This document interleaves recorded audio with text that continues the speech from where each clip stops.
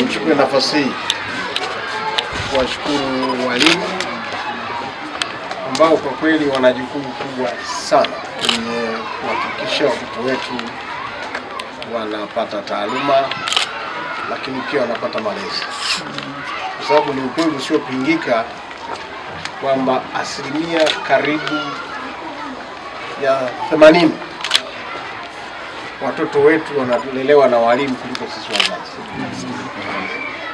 Na ndio maana hata zikifunga shule, mtiti unaotokea huko nyumbani, kuna wazazi huwa wanatamani shule zifungue mapema ili waondokane na hiyo kadhia. Na saa hizi kuna katuni moja inajitokeza kwenye TikTok, mwalimu amemuita mzazi, anamwambia tulikuita uje kusikiliza matatizo ya mtoto wako, kwa nini ukuja? Naye anawajibu, mimi wakiwa na matatizo nyumbani kwangu mmesikia na huwa nawaita.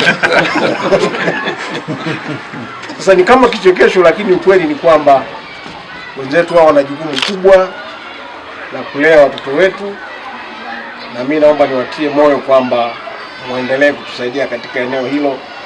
Na sasa hivi kwa kweli ni eneo muhimu, kwa sababu teknolojia na ukuaji na mabadiliko ya dunia katika maeneo mengi yamechangia watoto wetu kuwa na tabia ambazo kwa kweli zinahitaji uangalizi wa karibu kuliko wakati mwingine wowote.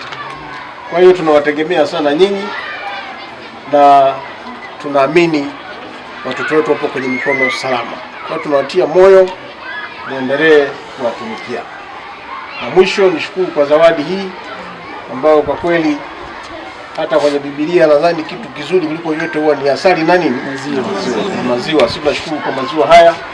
Naamini tutafurahia uwepo hapa leo.